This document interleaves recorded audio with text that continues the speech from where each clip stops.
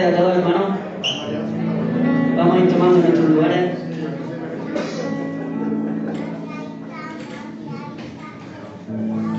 Qué bonito y delicioso es que estemos todos los hermanos juntos en armonía. Cuando llegamos cada uno y nos vamos saludando, nos vamos alegrándonos de vernos.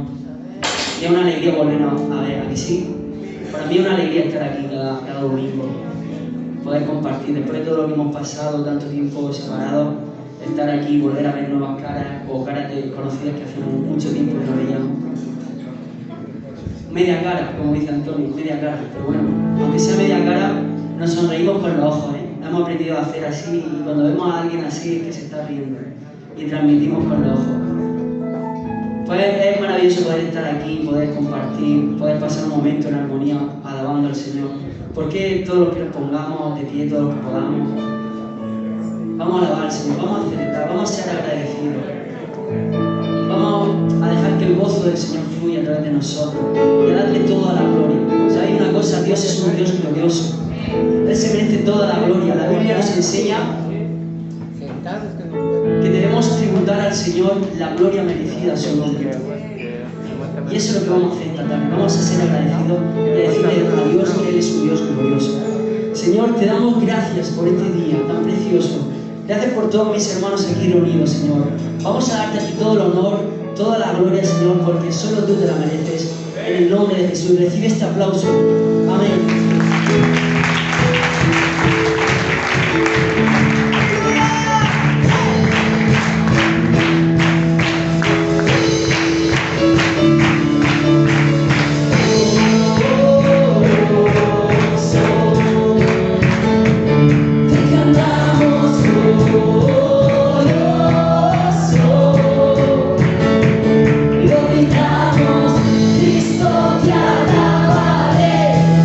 Tu nombre sagrado.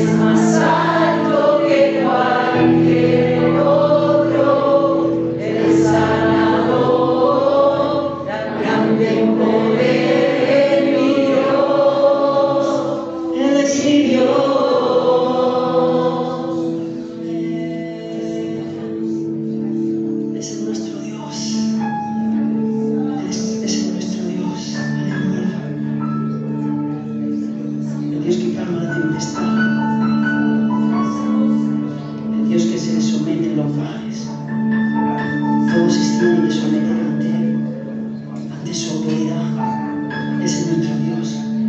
Aleluya. Gracias, Señor.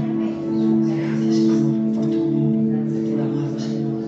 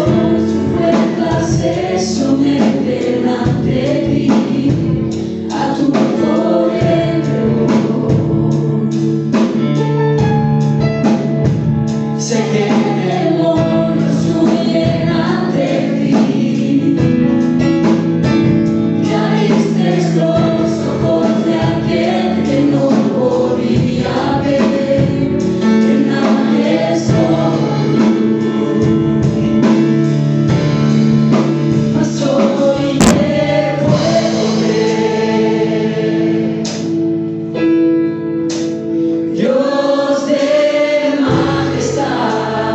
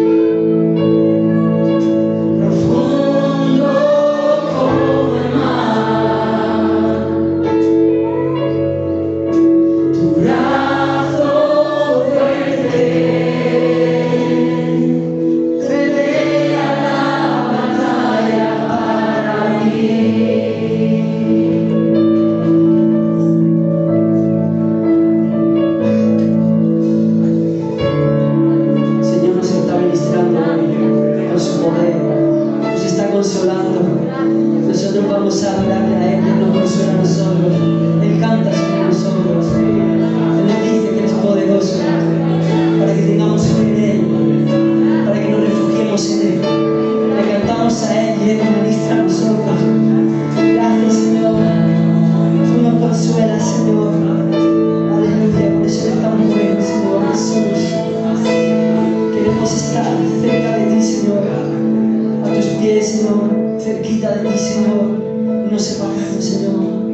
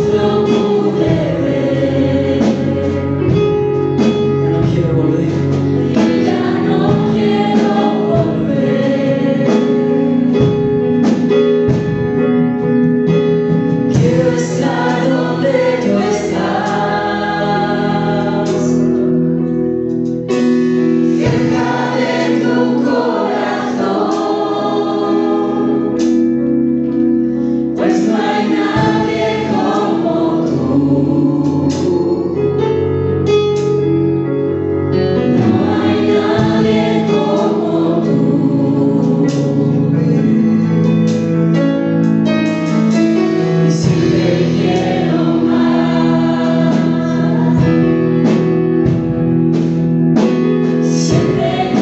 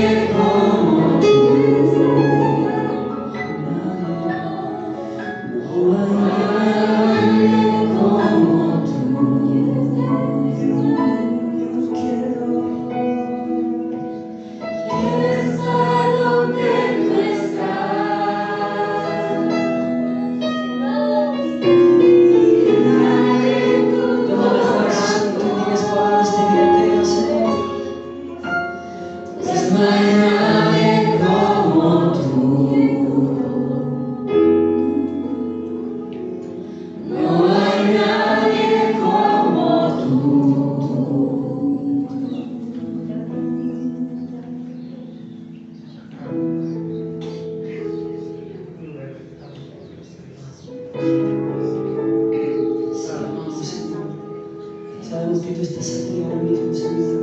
Sentimos tu presencia, Señor. Te amamos, Señor. Te amamos, Señor. Tú estás aquí, Señor. Con tus hijos, Señor, gozándote en las alabanzas de tu pueblo. Podemos sentir, Señor, cómo te mueves, Señor, con esta brisa, ministrando cada corazón. Te estamos tan agradecidos, Señor. Estamos tan agradecidos, Señor. Gracias, Señor. Tú estás aquí, Señor. Gracias, Señor.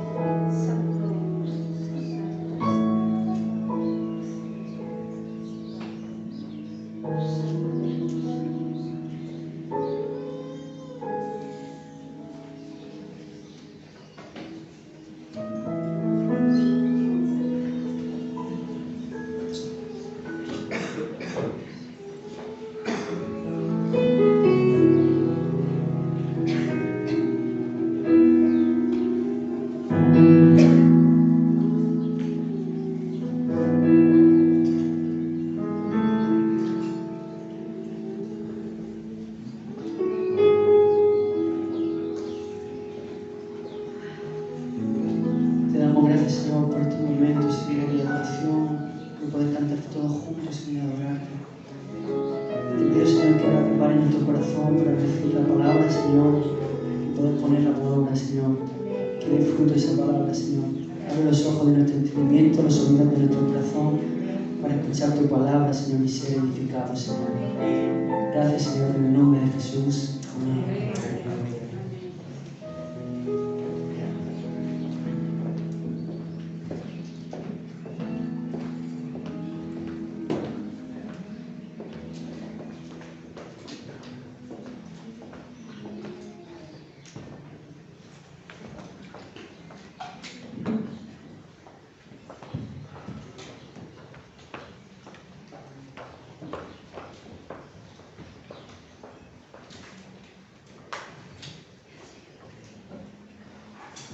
Muy serio.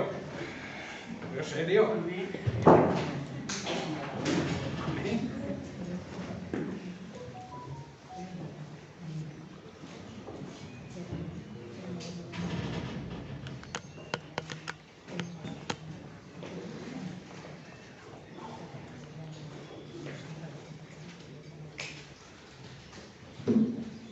Gloria a Dios. Venga, a ver si despertamos. Dios es bueno. Amén. Más fuerte. Dios es bueno. Amén. Yo empiezo así siempre, no lo sé. Será para despertar a aquellos que se duermen. Pero la realidad es que Dios es bueno. Amén. Su inmenso amor nos cubre siempre. A pesar de nosotros. A pesar de cómo somos, Dios nos ama. Porque su amor es eterno, no termina. O sea, ni tiene principio ni tiene fin. Su misericordia, su bondad, su tendencia a hacer el bien siempre. En Dios no hay maldad, solamente hay amor. Bueno, pues bienvenidos a todos. Es una alegría estar de nuevo con vosotros. Un saludo a los que nos siguen por las redes sociales. Y también agradeceros que estéis aquí. Yo no sé si sabíais que iba a venir yo. O sea, es una sorpresa. Pero yo soy de esta iglesia, yo pertenezco aquí, yo puedo venir cuando yo quiera, ¿no? No, el trabajo, que hay mucho trabajo, no sabéis el trabajo que hay en Bula, pero bueno, ahí estamos, peleando y luchando. Pero a mí me encanta venir aquí, porque aquí es donde yo empecé a crecer espiritualmente. Yo me convertí y empecé a venir aquí. Empecé a venir al barrio de San Andrés, donde empezó la iglesia, Alcantarilla, y luego me pasé aquí. El Señor me me trajo aquí a esta congregación junto con mi familia. Y aquí hemos crecido todos. Nos hemos hecho abuelos, ya casi bisabuelos. Ya tengo un nieto que va a cumplir 21 años y cualquier día pues se casa y me hace bisabuelo. Que no me sale bien la palabra porque hasta abuelo va bien la cosa, pero ya con bisabuelo es duro, ¿no? Que no pasa nada. Bueno, pues vamos al tema. Vamos a dejarnos de tontería y vamos al tema. Quiero hablaros de la santidad. No sé si os suena la santidad y cómo tiene que ser una iglesia, ¿no? Quiero deciros que la santidad es una orden de Dios en su iglesia. O sea, no es una opción. No es un, si quiero soy santo y si no, no. Es un mandamiento. La iglesia de Jesucristo tiene que vivir en santidad. Es una orden de Dios. Pero yo siempre pongo título a mis mensajes y le he puesto eso. Santidad, una orden de Dios a su iglesia. Quiero hablaros de la santidad. Pero claro, para hablar de la santidad también tengo que hablar de algo que se opone a la santidad, que no es otra cosa que el pecado. La santidad y el pecado no comulgan, no se llevan bien. Son como el agua y el aceite. No unen. Si hay santidad, está Dios. Si no hay santidad, Dios mira hacia otro lado. Amén. Esa es la realidad de lo que la Biblia nos enseña. Y hay una verdad, digamos, central en todo esto, que es una realidad que somos salvos por gracia. No merecida, pero por gracia somos salvos. Jesucristo murió por nosotros, dio su vida, y al entregarnos a Él, al reconocer ese sacrificio, Dios nos regala la salvación. Pero la salvación se conserva viviendo en santidad. Pues de ahí lo que quiere decir Pablo en Filipenses capítulo 2, versículo 12, en la segunda parte del versículo dice: ocupaos en vuestra salvación con temor y temblor. ¿Qué significa ocupaos en vuestra salvación? Ocupar significa procurar. También significa esforzarse, afanarnos en la salvación, llevar a cabo la salvación, terminar la salvación que la empieza el sacrificio de Cristo. Al aceptarlo yo recibo la salvación, pero la conservo si mantengo mi vida en santidad. No hay otra opción. Y Pablo está diciendo eso: debéis procurar, debéis afanaros, esforzaos, llevar a cabo y trabajar con un santo temor. El temor a Dios es la honra, el respeto y la obediencia que le debemos. Y eso es vivir en santidad, vivir en el temor de Dios. Debemos entender lo que significa ser salvo. Y luego, cuando lo entendemos, demostrarlo con nuestra santidad. Procurando llevar una vida santa, una vida que agrade a Dios, una vida que Dios diga: estoy orgulloso de mis hijos, estoy orgulloso de mi iglesia. ¿Sabéis que se acerca el acontecimiento de las bodas del Cordero?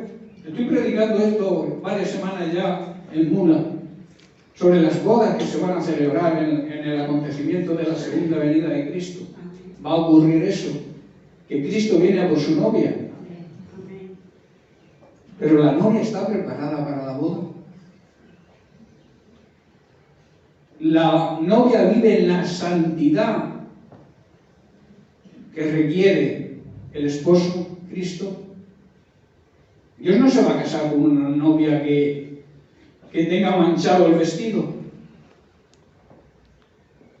Él busca una, como dice Apocalipsis, blanca, como el lino fino, resplandeciente, una iglesia pura, santa, que resplandezca como el lino. El lino es un tejido de un gran valor que se cultivaba en Egipto. El mejor lino que se conoce viene de Egipto.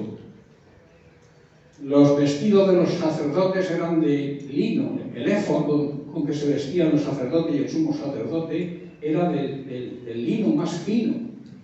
Porque dice la Biblia que el lino representan las acciones de la iglesia, a buenos hechos, las acciones de la iglesia. Las obras no te salvan, pero demuestran que eres salvo. Y entonces se le llama, se le ha concedido a la iglesia un privilegio enorme, ser la novia de Cristo. Pero para eso debe vestirse de lino fino, debe vivir en santidad pura, limpia, resplandeciente. El pecado es una realidad, hermanos, de la sociedad hoy en día, y lamentablemente también es una realidad y un gran problema en la iglesia. Hay pecado en la iglesia. Pecado que ya algunos ni lo ocultan. Hay mucha gente que dice, yo me llevo bien con el Señor, yo estoy bien con el Señor, y ves que viven en pecado. Es imposible estar bien con el Señor viviendo en pecado. No me cuadra. No sé si se quieren autoconvencer y lo que hacen es autoengañarse. Porque si vives en pecado, no puedes agradar a Dios. No puedes estar de acuerdo con Dios. No puedes vivir como a Dios le agrada. O sea, no puedes estar bien con el Señor. Y por eso digo que es una realidad. En la sociedad es una realidad común. Nadie tiene conciencia de pecado. No valoran el pecado ni las consecuencias. Pero la iglesia que conoce y sabe las consecuencias del pecado, también hay gente que vive en pecado, que no vive en la santidad que Dios nos exige y nos demanda. Como he dicho, es un mandamiento. En Santiago capítulo 4, verso 4, afirma Santiago, almas adúlteras. Santiago no tenía pelos en la lengua. Y te pones a decir adúltero tú y te tiran tomate. En el mejor de los casos. Pero igual te apedrean con piedras de sal viva. Pero dice, adúlteros, ¿no sabéis que la amistad del mundo es enemistad contra Dios? Cualquiera pues que quiera ser amigo del mundo, o sea, que quiera vivir de la forma que vive el mundo, que acepte y tolera el pecado, se constituye en enemigo de Dios. El pecado nos hace enemigos de Dios. No te puedes llevar bien con Dios, porque la Biblia declara que si vives en pecado, te conviertes en enemigo de Dios. Lo dice Santiago, no yo. No pongáis esas caras, que yo no tengo la culpa. Pero es así, es una realidad. El pecado es lo que Dios dice que es pecado, no lo que yo opine, o lo que yo diga o considere que es pecado. Pecado es lo que la Biblia dice que es pecado, lo que Dios dice que es pecado. Pero hermanos, hay una gran promesa. Hay una gran promesa, porque Dios, como he dicho antes, es bueno. Dice Romanos capítulo 5, verso 10, porque si siendo enemigos fuimos reconciliados con Dios por medio de la muerte de su Hijo, Él murió en nuestro lugar, recordad, mucho más, habiendo sido reconciliados, o sea, cuando nos arrepentimos y aceptamos lo que Jesús hizo por nosotros, entonces nos vuelve la reconciliación con Dios y entonces seremos salvos. La vida que Él mismo nos ofrece se hará una realidad en la nuestra, porque Dios quiere que tengamos la vida de Cristo. Jesús dijo, yo he venido a daros vida.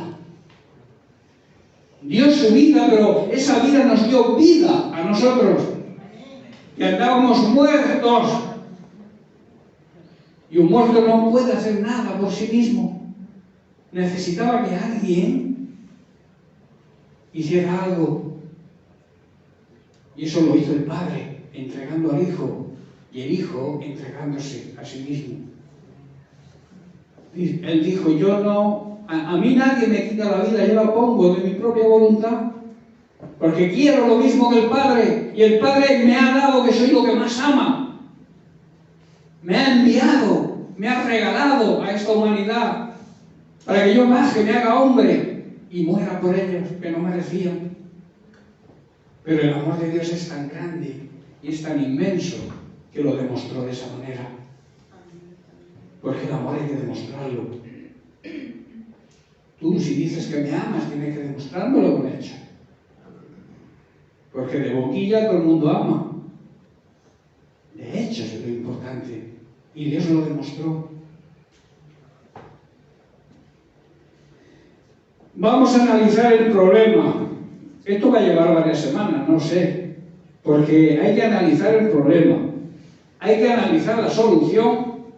Y hay que ver cómo se aplica esa solución. O sea, que son tres temas fundamentales. No sé si terminaré hoy con el primero. Pero cuando os canséis, pues nos vamos. Y seguimos otro día. Puedo venir mañana, si queréis. El verdadero sentido de la santidad. Santidad significa apartados, escogidos y dedicados para un uso sagrado. Eso es lo que significa la palabra santidad. Que hemos sido escogidos, seleccionados, apartados y dedicados a servir a Dios, que es un uso sagrado. El servicio a Dios es un uso sagrado. En 1 de Pedro, capítulo 1, leemos los versículos del 14 al 16. Dice Pedro, como hijos obedientes, no os conforméis a los deseos que antes teníais, estando en vuestra ignorancia. La ignorancia significa la poca sabiduría y también el pecado. Andabais necios en una forma de vivir neciamente y también en pecado. Vivían como hijos desobedientes. Y Pedro dice, no te vuelvas atrás. No vuelvas a tu vieja manera de vivir, a tus antiguas pasiones, con el fin de satisfacer tus propios deseos. Lo hacéis, está diciendo Pedro, por ignorancia. Pero Dios vino a traernos la sabiduría, porque Jesucristo es la sabiduría personificada. Y cuando tú te centras en la palabra de Dios y buscas la sabiduría ahí, porque la palabra de Dios es el verbo hecho carne. La palabra de Dios, cuando hablamos de Cristo, hablamos de su palabra, porque su palabra es su voluntad.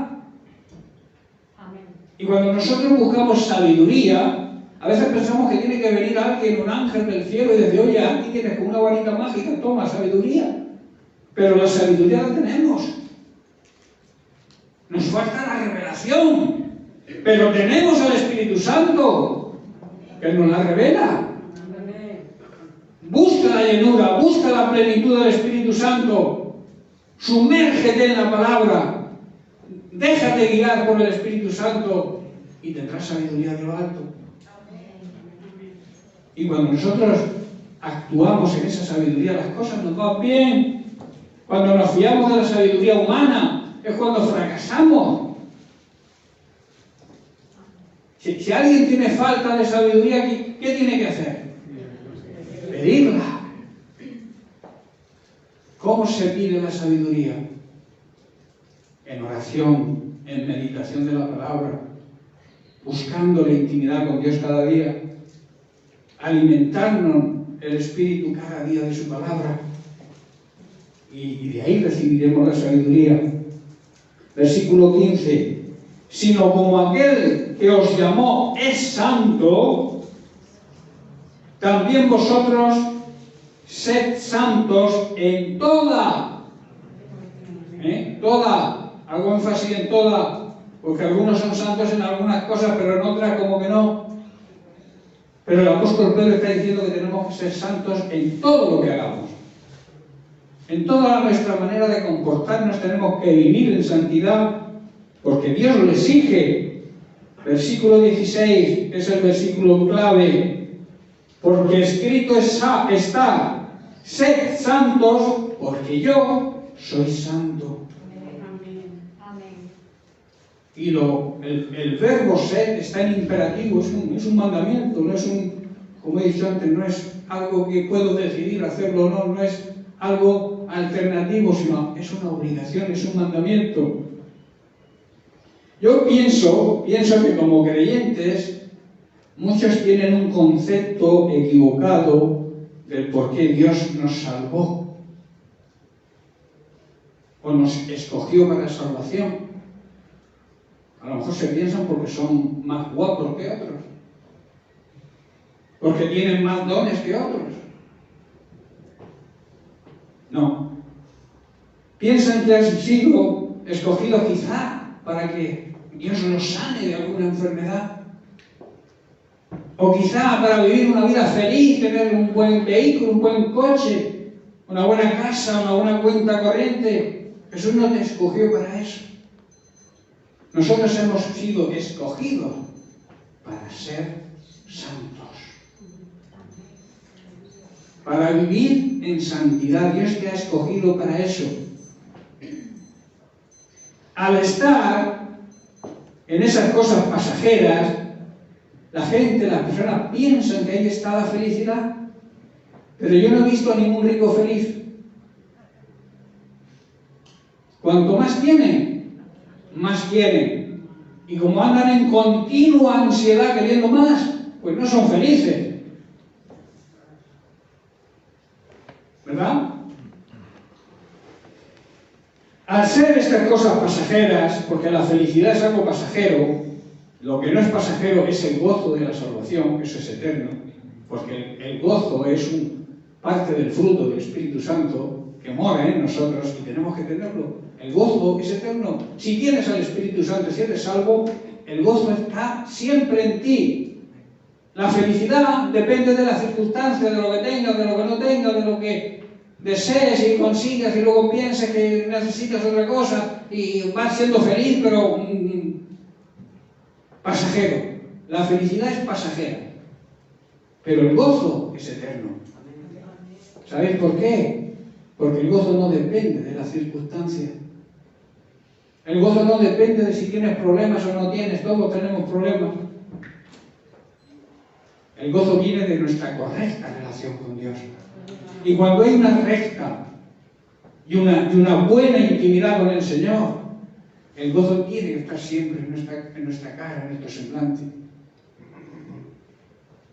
Porque el gozo del Señor es nuestra fuerza. Es lo que nos da la fuerza para afrontar situaciones difíciles. Todos pasamos por situaciones difíciles, unos más grandes que otros. Pero la vida sin problemas no existe. Esa vida color de rosa que muchos creen que es seguir a Cristo, porque se lo explican mal, porque no se lo explican bien. Vente al Señor que va a cambiar tu vida. Vas a salir de la pobreza, Dios te va a sanar. Y acuden al Señor por lo que el Señor da o hace, y no por lo que Él es. Y entonces ahí está el error. Nosotros tenemos que ir al Señor por lo que es. El Rey de Reyes, el Señor de Señores y el dueño de la creación. Y nuestro dueño, nuestro amo. Aunque esa palabra hoy nos suena muy... ser esclavos, ser sumisos a la obediencia a Dios, eso como que... Pero en cambio somos sumisos, nos sometemos a nuestro jefe. ¿Verdad? ¿Qué pasa si no le haces caso a tu jefe? Te pone de patitas en la calle.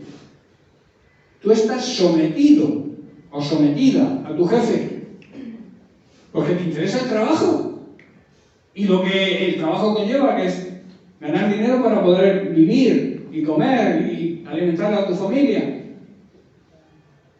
¿Por qué nos cuesta tan poco someternos a las autoridades humanas y nos cuesta tanto someternos a la obediencia a Cristo? Pero sin obediencia a Cristo, la vida cristiana es pura religión.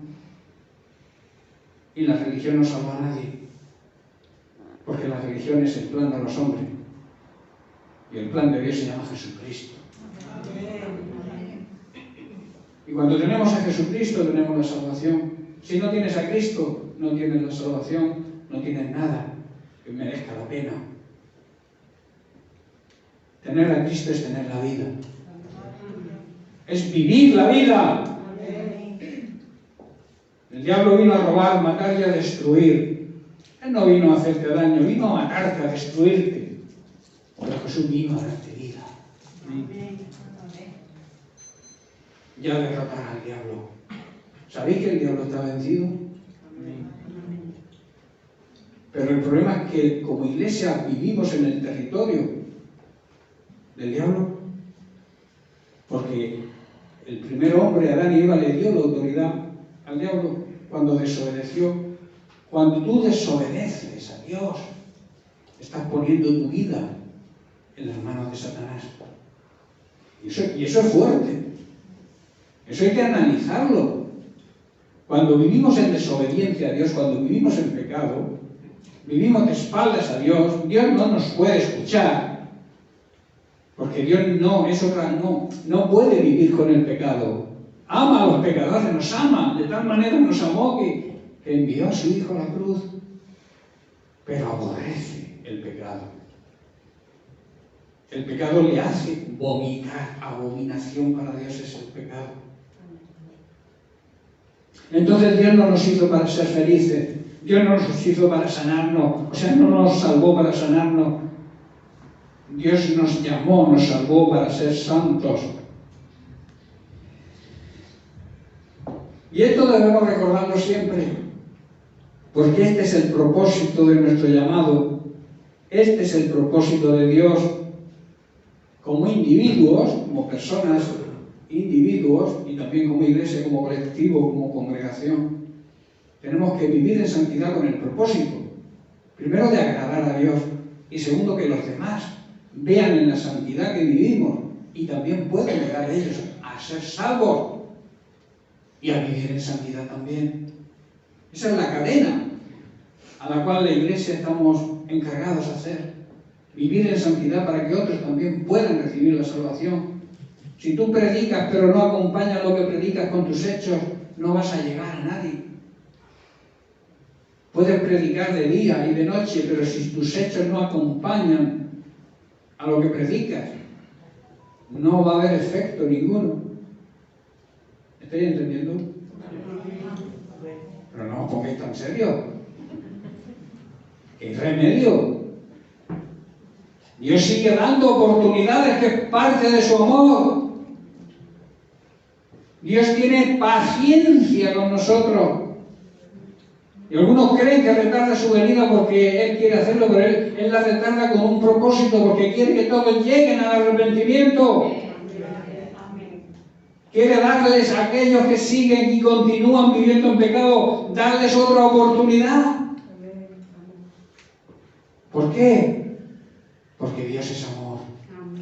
Y Dios sigue amando a los pecadores y sigue dándoles oportunidad. Pero va a llegar el último tren. Y el que no se suba, se quedará. En el libro de Hebreos dice que sin vivir en paz con los demás y sin vivir en santidad, nadie verá al Señor. Y eso tiene dos enfoques que hay que analizar. Primero, no verá al Señor actuando en su vida. No verá cómo el Señor hace milagros en su vida. Porque sin santidad no pueden verlo. No puede hacer nada el Señor. Aunque quiera hacerlo, no puede. Por eso no podrán ver al Señor obrando en su vida. Y en segundo lugar, no podrán ver al Señor cuando venga en su segunda venida. Porque andarán en sus líos, en sus conflictos, en sus pecados y no se darán cuenta que el Señor viene y que recoge a su esposa para celebrar la boda del Cordero. Yo quiero ser parte de esa novia, no sé tú. Pero debemos vivir en santidad. Debemos presentarnos a las bodas limpios, blancos y resplandecientes, sin mancha, sin pecado. Por eso el motivo principal de ser escogidos por el Señor, de ser su iglesia, su esposa, a la cual quiere Él desposarnos, es que vivamos en santidad, que como he dicho significa apartados, escogidos y dedicados para servir a Dios, que eso es un uso sagrado. En Juan capítulo 17, versículo 19, Jesús vemos que fue ejemplo de santidad.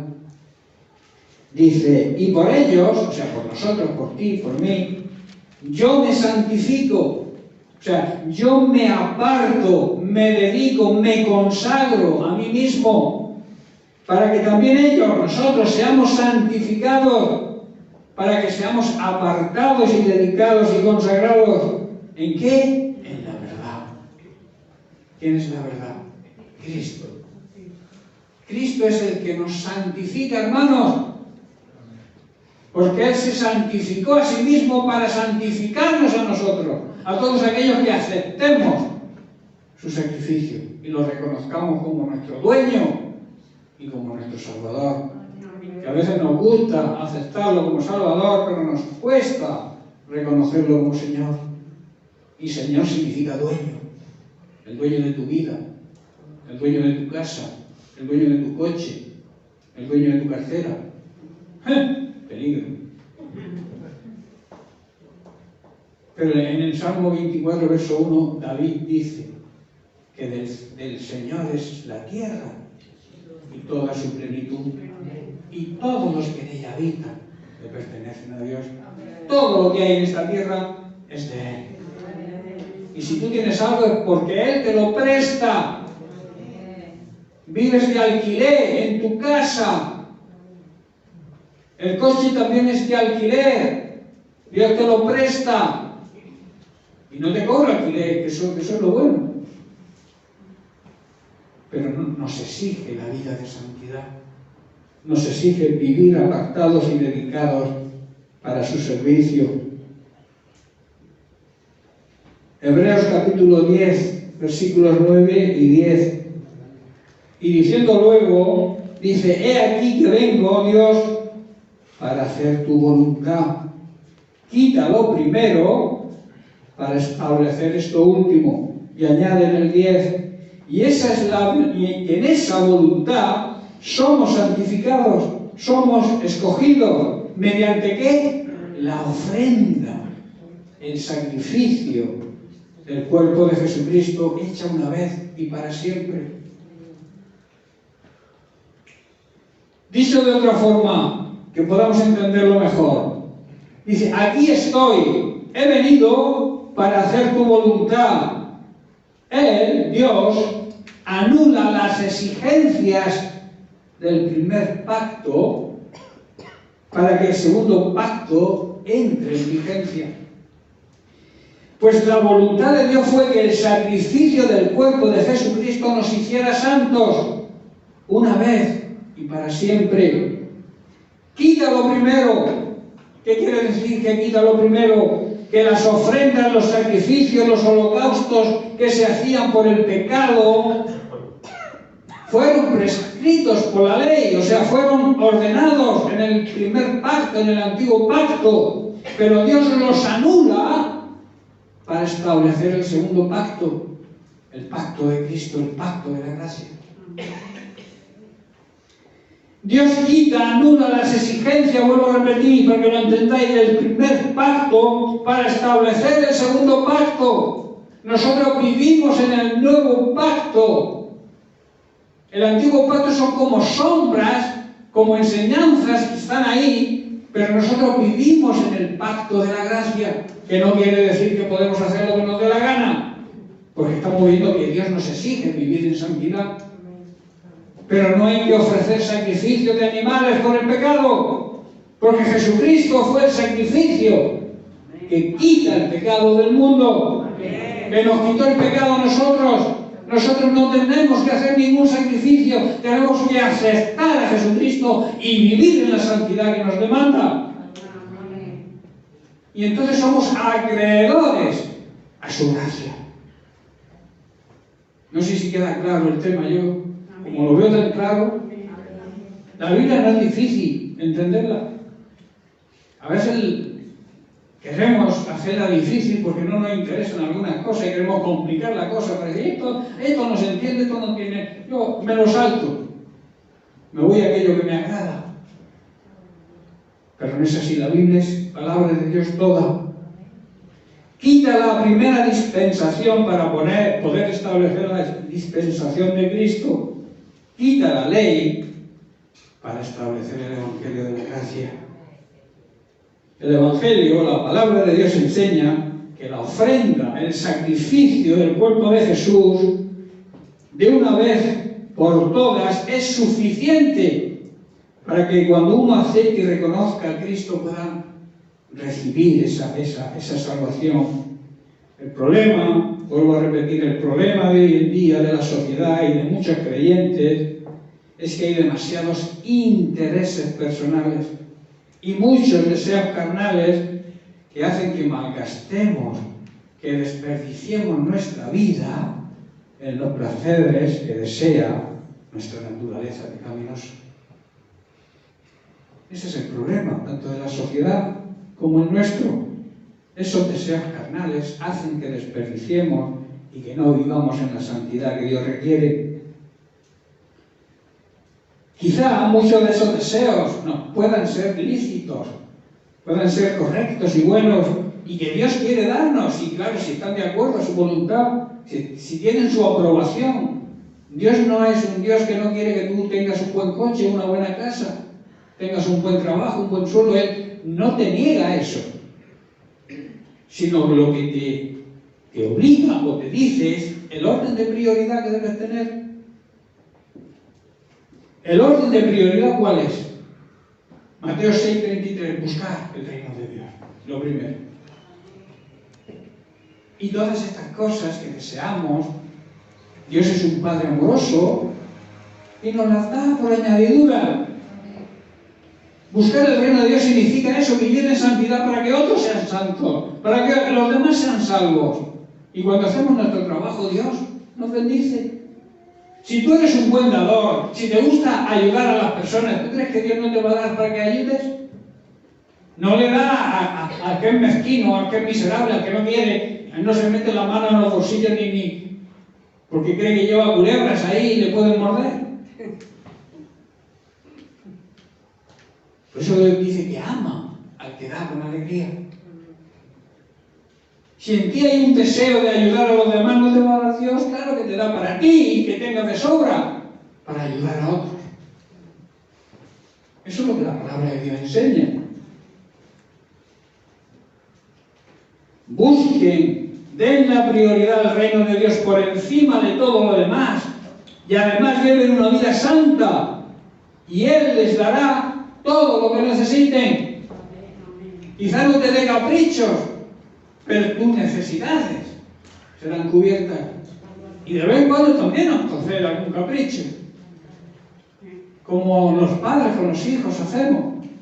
Si los hijos vemos que son obedientes, que son buenos hijos, que nos aman, que nos llaman por teléfono, que están pendientes de nosotros, pues nos gusta hacerle algún regalo, aunque no tengan necesidad, ¿verdad? Pero al hijo que ni te llama, que se pasan años y no te llama por teléfono y te pregunta, papá, mamá, ¿cómo estáis? Esos hijos no tienen regalo, se los pierden. Sigue siendo hijo. Amamos a esos hijos, pero nos gusta complacer a aquellos que nos tratan bien. Pues con Dios pasa lo mismo. Cuando tú estás pendiente de tu Padre Celestial, Él está pendiente de ti. Y te da lo que necesites y además te hace regalos. Porque Él no nos niega nada. Que esté de acuerdo con su voluntad, que Él te da la aprobación. Lo verdaderamente importante, hermano, para un creyente debería ser que las personas aceptaran a Jesucristo y fueran salvos. Esa debería ser nuestra máxima prioridad. Eso es lo que significa buscar el reino de Dios. Intentar que la gente que nos rodea pueda recibir la salvación. Y entonces Dios nos bendice. Dios cubre nuestra necesidad. Dios está ahí para ayudarnos. Hermanos, esa es la relación correcta que debemos tener con el Señor y para la que fuimos llamados. Y a través de esa relación de intimidad, podremos cumplir su propósito. Ser santos, vivir en santidad y llevar a los demás a la salvación. Debemos cumplir con la voluntad y el propósito de Dios, cueste lo que cueste, porque seremos los primeros beneficiados de ello, para así no romper la conexión que tenemos que tener con Dios. tenemos que estar unidos a Dios. Para lo que Él piensa, lo que corre por su pensamiento, corra también por el nuestro. Jesús dijo, yo soy la vid verdadera. Separados de mí, ¿qué vais a hacer? No podéis hacer nada. Lo dice en Juan capítulo 15, verso 5. Yo soy la vid, vosotros sois las ramas. Los que permanecen en mí, o sea, esos que están conectados a mí y yo en ellos, producirán mucho fruto. Una rama cortada no produce fruto. Es imposible, se seca.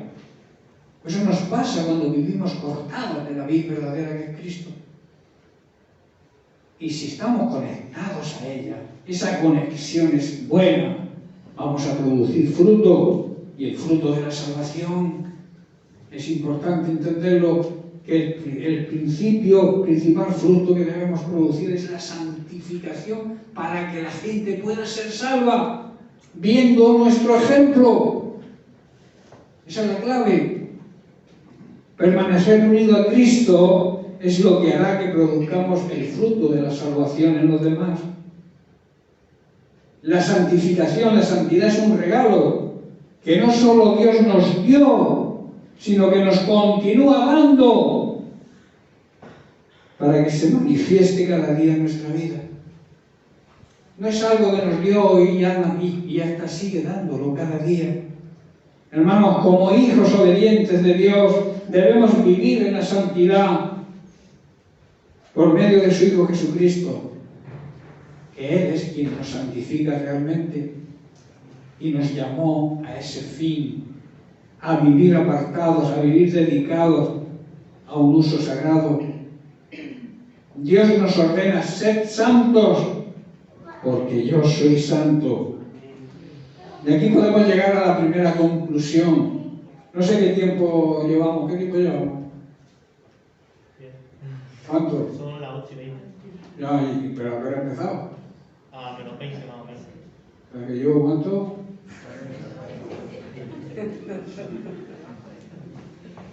No lleva un reloj ahí, ¿no? Bueno. Primera conclusión. Aparte de no ver al Señor actuando en nuestra vida, incluso cuando regrese no podremos verlo. Si no vivimos en la paz con todo y en la santidad, nos quedaremos aquí. Esa es una conclusión contundente, pero es la realidad. Si no vivimos de acuerdo a la santidad que Dios nos exige, nos vamos a quedar aquí cuando Jesús venga por su novia, por su iglesia. ¿Tú quieres quedarte? Sigue viviendo en pecado. Porque no, Dios no te va a avisar, no te va a mandar un WhatsApp diciendo voy ya, mañana voy. Espérame a las 3 de la tarde, no. Esto no funciona así. La realidad es que tenemos que estar preparados siempre, en cada momento. Como yo suelo decir, con las maletas hechas. Bien, pues hemos analizado el problema del pecado, que es la falta de santidad. Vamos a ver un poco, aunque no vamos a terminar, lo terminaré en otra ocasión, el remedio, la solución. La Biblia enseña la necesidad de examinarnos a nosotros mismos, ver cómo vivimos, no fijarnos cómo viven los demás. Primero tienes que fijarte cómo vives tú y cómo andamos, y si andamos de acuerdo a la palabra de Dios.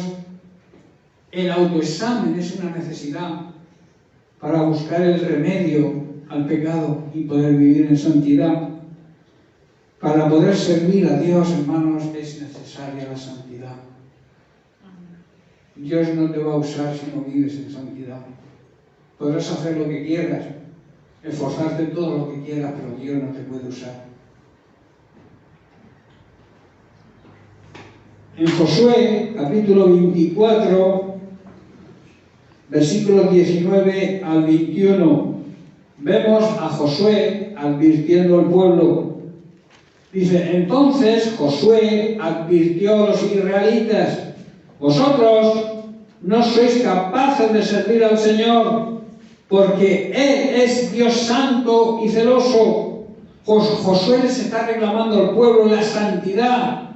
que es necesaria para servir a Dios. Y añade, no les perdonará su rebelión ni sus pecados. Y aquí quiero hacer un énfasis, y esto lo está diciendo Josué, porque Dios sí perdona, claro que perdona, pero debe haber un arrepentimiento, y cuando hay arrepentimiento Dios perdona. Y el versículo 20 luego Josué les habla del motivo por el cual Dios no perdona, es si abandonan al Señor y sirven a otros dioses. Y si observáis, esos dioses en la Biblia están con minúscula. Cuando servimos al Dios verdadero, está con mayúscula. Entonces, esos dioses son idolatría. Llámese como se llame, no solamente una imagen. Un hijo puede ser un ídolo.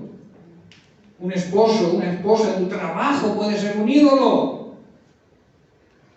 Es lícito el trabajo y hay que trabajar para ganarse el pan cada día. Pero a veces trabajamos más de la cuenta porque somos ambiciosos. Queremos tener más y más y desperdiciamos la vida. No disfrutamos de la familia ni de la iglesia, porque nos esforzamos demasiado en trabajar con fines avariciosos. Por eso dice, todos esos dioses, Él se pondrá en contra, o sea, se hará enemigo de vosotros y los destruirá. Hay un peligro cuando ponemos a un hijo, un esposo, una esposa por delante de Dios. Podemos perderlos. Eso es lo que yo entiendo ahí. Los destruirá, aunque les haya hecho tanto bien en el pasado. Hay que vivir el día a día. La obediencia de ayer no me sirve para hoy. Hoy tengo que seguir en obediencia a Dios. Pero veamos qué reacción tuvo el pueblo, que creo que fue la correcta porque se autoexaminaron. En el versículo 25 dijeron, pero los israelitas respondieron a Josué, eso no, nosotros serviremos al Señor. Una decisión digna de imitar, ¿no? Estamos equivocados, nos hemos dado cuenta. No servimos al Señor como debemos porque hay contaminación en nuestra vida y pecado. Vamos a arrepentirnos y vamos a servir al Señor. Dejando el pecado, claro. Dios, que es un Dios 3 veces santo, demanda de nosotros santidad. Y además dice que es un Dios celoso. Esas son las dos palabras que resaltan en este pasaje. Dios demanda santidad, o sea, quizá puedas decir, por tu condición humana, yo es que no puedo ser santo, no puedo vivir en santidad, soy un ser humano. Pero hay, amigo, hay una solución. Déjame decirte algo. Es cierto que nosotros no podemos por nuestros medios alcanzar la santidad, pero puedes hacer algo, dejar que Jesucristo te santifique. Esa es la solución. La palabra de Dios dice en Hebreos 10:10, en esa voluntad, o sea, en la voluntad de Dios, somos santificados mediante el sacrificio de Cristo, hecha una vez y para siempre. Este es el secreto. El sacrificio de Cristo nos santifica cuando respondemos en obediencia a Él y lo aceptamos como nuestro dueño. Los mandamientos están para obedecerlos. No están para aprendérnoslos de memoria. Está bien que lo sepamos, pero para obedecerlos. Si no, ¿de qué sirve? Esto demuestra la voluntad de Dios y el plan de Dios que es Jesucristo para que pudiéramos vivir en santidad. Pablo, en 1 de Tesalonicenses capítulo 4, versículo 3, dice, pues la voluntad de Dios es vuestra santificación, que os apartéis de fornicación. En otras palabras, que os apartéis del pecado, que dejéis de vivir en pecado. Es una advertencia que hace ahí Pablo a nosotros hoy. Porque la palabra de Dios es para hoy, y la palabra de Dios es para su iglesia. Los tesalonicenses eran iglesia, y nosotros somos iglesia, y la palabra va dirigida a los creyentes. que dejéis el pecado, que viváis en santidad. Es lo que está diciendo Pablo. Y es lo que Dios desea que nosotros hagamos. Que vivamos apartados de todo pecado, de toda contaminación. Y que vivamos consagrados, dedicados a Él. A servirle a Él como Él se merece. La santidad es esto, hermanos, una vida sin pecado y dedicada a servir. La vida cristiana se basa en eso, en santidad y servicio. Pero que tienen que ir unidas, porque el servicio sin santidad tampoco vale. Y la santidad solo, sin servicio, se queda media. La santidad debe ir acompañada siempre con el servicio a los demás y a Dios, que servir a los demás es servir a Dios también. Jesús fue ejemplo de santidad y de servicio. Él mismo dijo en Mateo 20:28, como el Hijo del Hombre no vino para ser servido, sino para servir. Y para dar, para dedicar su vida en rescate por muchos, para santificarse a sí mismo, como he dicho antes, y así poder santificarnos a todos los que le reconocemos y le aceptamos. Esa es la solución. Y ya para terminar, quiero resaltar la segunda palabra que resalta en este pasaje, que Dios también es un Dios celoso. ¿Qué significa celoso? El que tiene celos es aquel que sospecha, que tiene inquietud, que tiene un recelo de que la persona que ama haya mudado o mude su amor hacia otra. No sé si entendéis. Pues con Dios pasa lo mismo. Dios es un Dios celoso. Y cuando nosotros depositamos nuestro amor que le debemos a Él, lo depositamos en otras cosas, vienen materiales, coches, familia, lo que sea, Él se siente que ha sido engañado.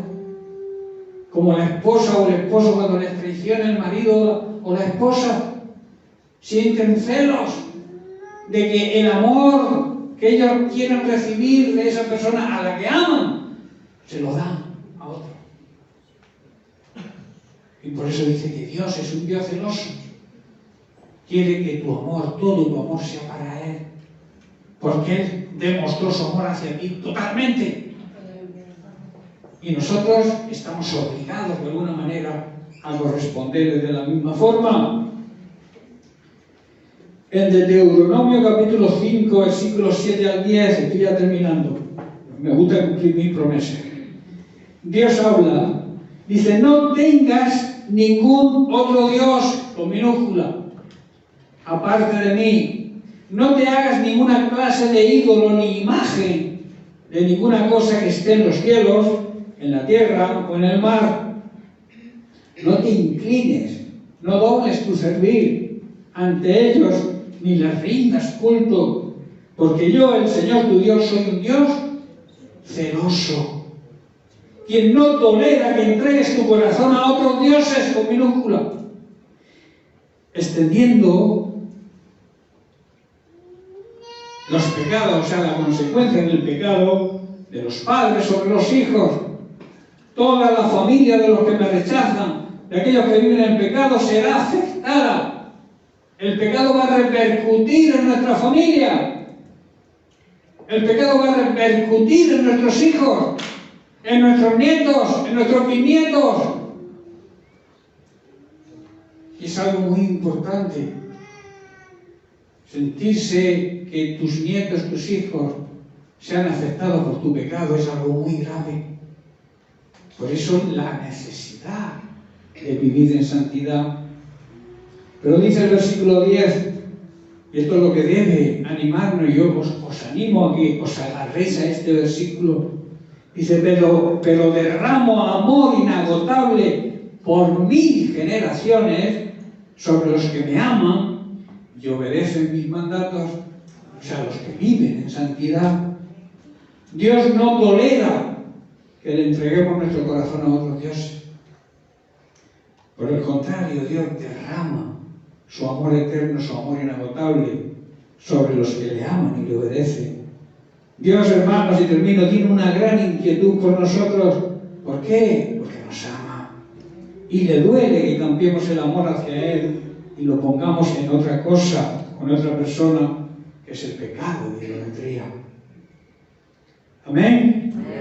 Bien, pues lo dejamos aquí porque hay tema para un par de predicaciones más. Volveré y seguramente si el Señor me lo pone, pues proseguiré con el mismo tema, que yo creo que es interesante y necesario, porque las bodas del Cordero están ahí. ¿Tú quieres ser la esposa del Cordero? Abandona el pecado. Limpia tus vestiduras, que quiere decir, vive de acuerdo a la palabra de Dios, obedeciéndola. Que tus vestiduras sean limpias, blancas y resplandecientes. Amén. Bien, porque Dios te bendiga. Un abrazo.